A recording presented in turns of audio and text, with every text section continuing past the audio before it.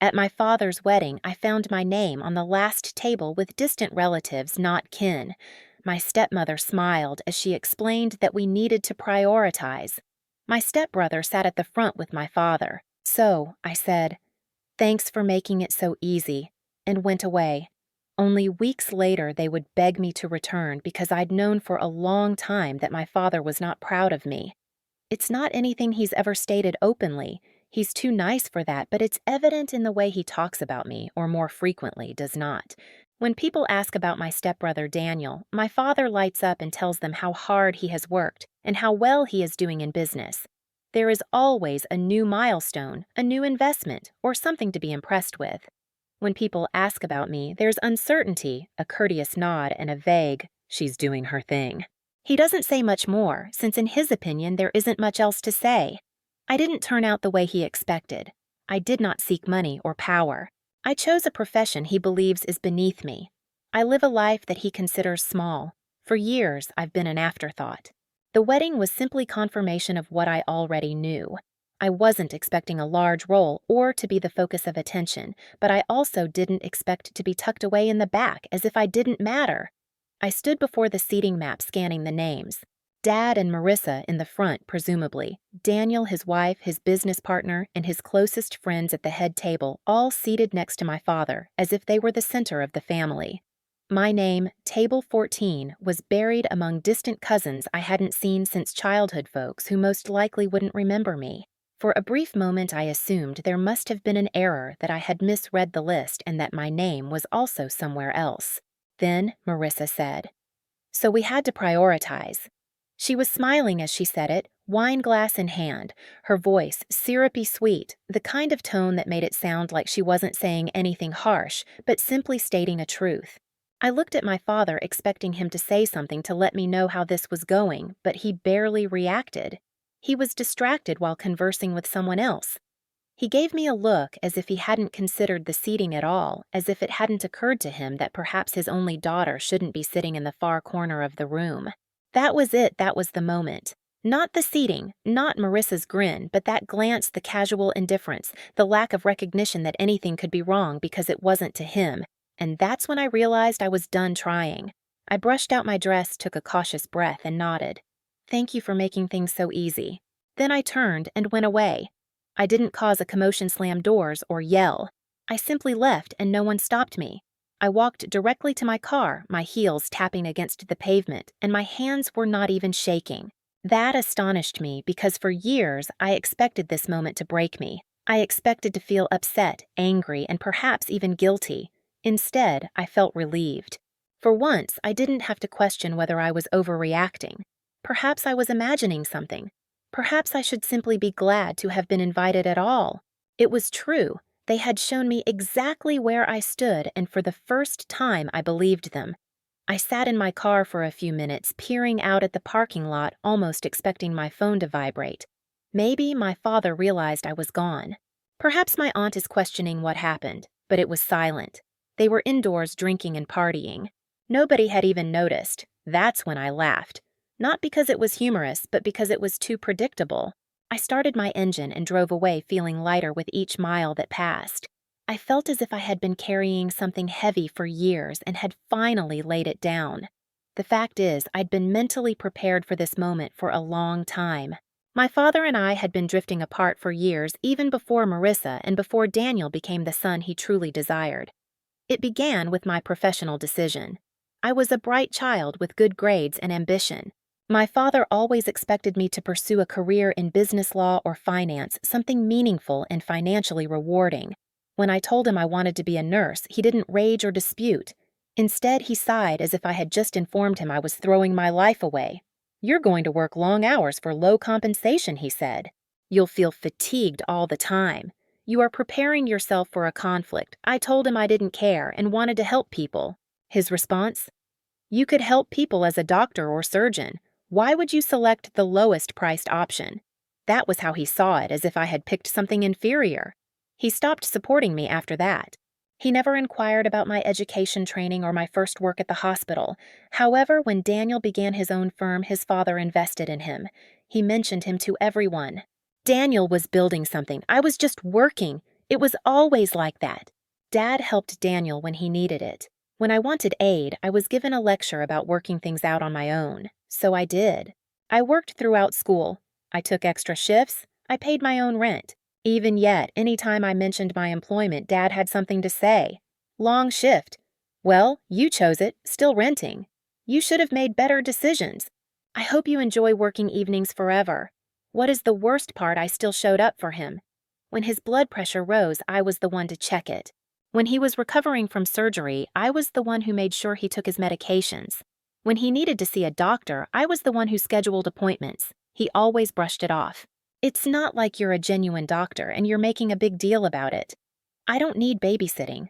I should have gone away then, but I didn't because I kept thinking that he was still my father. That must signify something. But while I sat in the parking lot staring at my silent phone, I came to a realization. It did not. And for the first time, I was content with that. I did not hear from anyone that night. Not a single text. I'm not sure why I anticipated one. Perhaps some last-minute damage control. Maybe a half-asked, "Where have you gone?" from my father. Marissa sent a message saying she was joking. Nothing. I returned home, kicked off my heels, and ordered takeout. I scrolled through my phone as if it were a usual night. I felt fine. Not angry. Not sad. Just finished. But the next morning, the first communication arrived. "Aunt Helen! Hey, are you all right?" That's how I knew others had taken attention. I ignored it. Then another. "Cousin Ryan? Has something happened? I noticed you left early." Ignored. Finally, my father. "We need to talk." "No apologies. No, I apologize if you feel left out. We just need to talk." I left it at red. I spent the next 3 days waiting for the guilt to overwhelm me. It never did. Instead, I felt lighter. I went to work. I took extra shifts. I had coffee with friends. I carried on with my usual activities. And for the first time in years, I wasn't rehashing previous discussions in my thoughts. No, perhaps I should have mentioned this instead. No, maybe I am being overly sensitive. Just silence. That was nice. A week later, I received a call from my aunt. "You need to talk to your father." I did not say anything. Just waited. She exhaled. "He is in the hospital." I nearly laughed. Not because it was humorous, but of course he is fine. She added rapidly, "But he needs assistance." There wasn't. "He wants to see you, not. He feels guilty about what occurred." Just, he needs assistance. I should have seen it coming. It became out that my father had disregarded his symptoms for too long. High blood pressure, stress. There was some sort of issue with his medications. Previously, I would have caught it early. I would have checked in, reminded him to visit the doctor. He made sure he was taking care of himself. Now he was in the hospital and I wasn't returning his calls. And suddenly it was important. The following few days were a family-wide crisis. Marissa called. I ignored her. Daniel called. I ignored him too. Aunt Helen tried again. "Look, I understand why you are furious." I raised an eyebrow. "Do you?" She paused. "You know how he is. He does not intend things exactly as they sound." I let out a breath. "Hey, let's put that to the test." "What? Tell me what he meant then." Silence. Because she could not. Because he meant it. Each time. Each comment. Every time he made me feel little. He intended it. Now he wanted me back. I received another SMS that night. "Dad, I need to talk to you. No, I'm sorry. No, I made a mistake." Just what I need. I switched my phone off. A week later, he was released. What's the problem? He required continual care. And guess what? That's pricey. Before he had me, I did everything for free. I checked his blood pressure. We kept track of his medications. He made sure to follow the doctor's recommendations. He now needed to hire someone, and he could not afford it. Marissa tried one final time. "I believe we should put the past behind us." I nearly choked on my coffee. "Oh, do you?" "Your father is struggling. This is a family matter." I gave a quick laugh. "Right, family. That is fascinating." Because a few weeks back I was seated at the cousin table. Silence. "So, which is it?" I asked. "Am I a family member or am I a distant relative you may dismiss until you require something that is not fair?" "Neither was your seating chart." I hung up. I'm not sure what happened after that. Perhaps they found someone cheaper.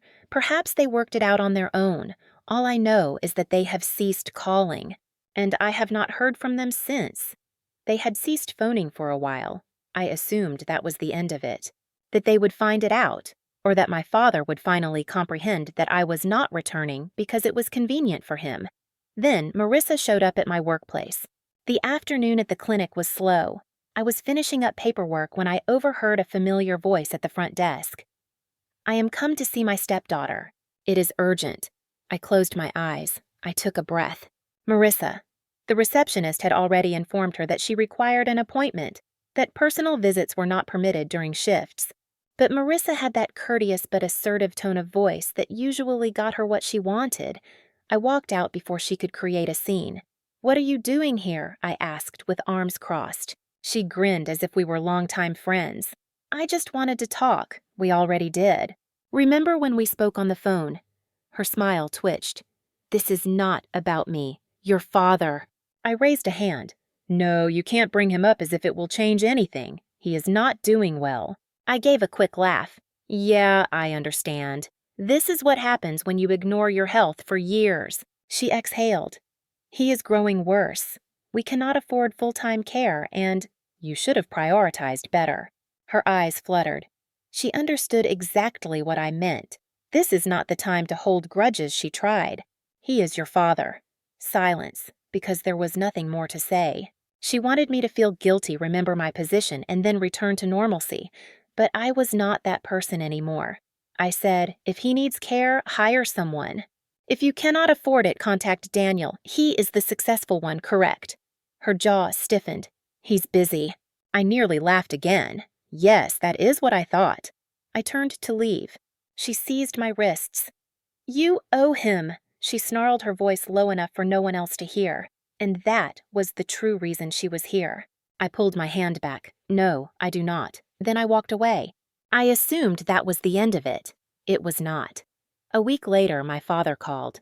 I almost didn't answer, but part of me was curious. I responded. A brief moment of silence followed by, "Hey." I leaned against the countertop. "What do you want?" He exhaled. "Marissa stated she spoke with you." "She did." More silence then. "I believe we should talk in person." I laughed. "Oh, you want to see me?" He ignored it. "Come by the house. We will have dinner." "It's just us."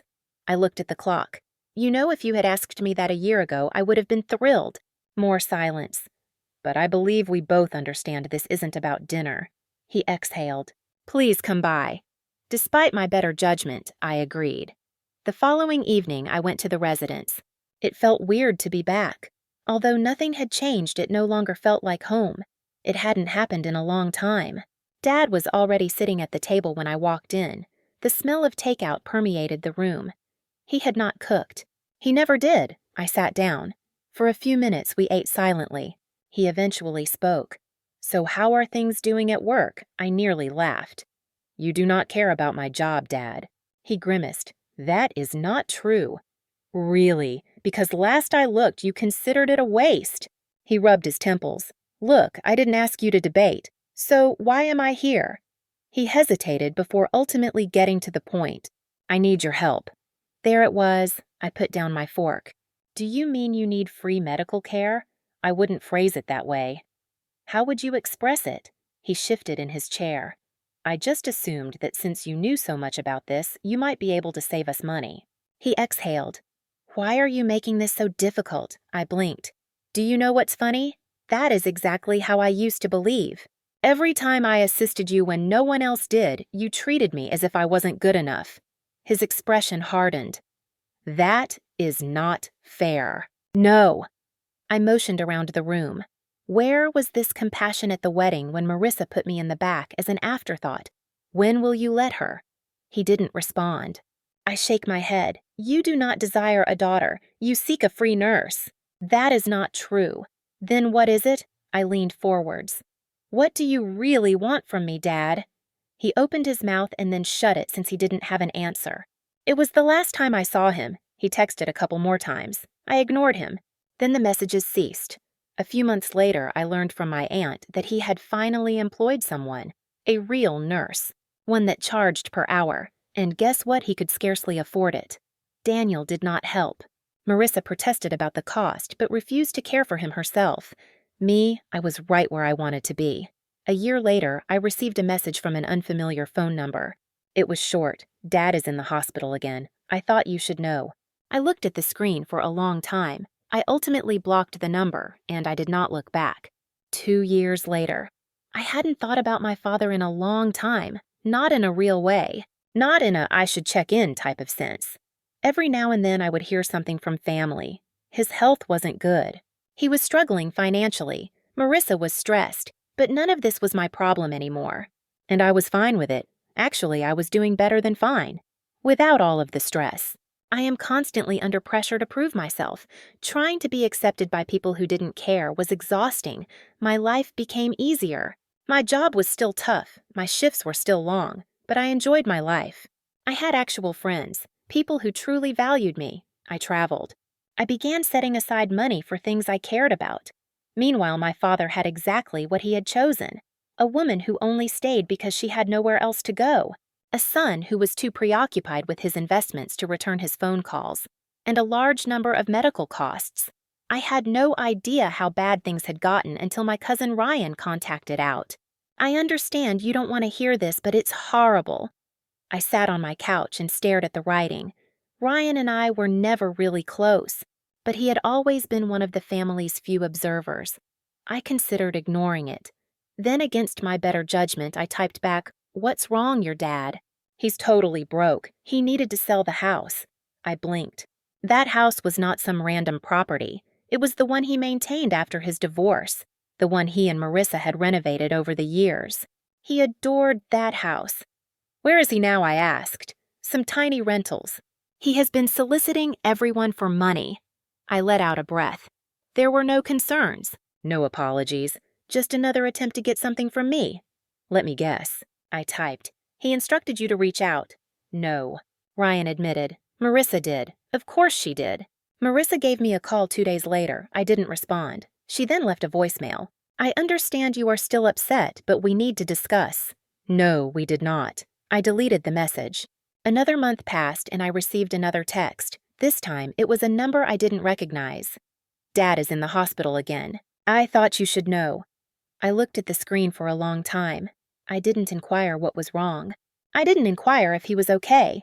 I just blocked that number. 3 months later, I ran into Daniel. I was waiting in line at a coffee shop when he appeared unexpectedly. Expensive outfit. This is a designer watch, the kind of assurance that comes with never having to struggle for anything in your life. He saw me before I could turn away. "Well, look who it is," he continued with a grin as if we were longtime friends. I offered him a polite nod. "Daniel." He looked at my scrubs. "Still doing the nursing thing, huh?" I breathed through my nose, still ignoring Dad's calls. That removed the grin from his face. "What do you want me to do?" he said after a moment. He pushed himself into this situation. I tilted my head. "He gave you everything, and now you can't even offer him a little assistance." Daniel scoffed. "You did not assist either." "Yes, I said." "Because he treated me like trash." "What is your excuse?" Daniel didn't respond. "Because he didn't own one." 6 months later, Ryan informed me that my father had gone into a care facility, a nasty one. He could only afford an apartment that barely met health regulations. I questioned if Daniel was genuinely unwilling to help. "No, I won't be visiting." I nodded.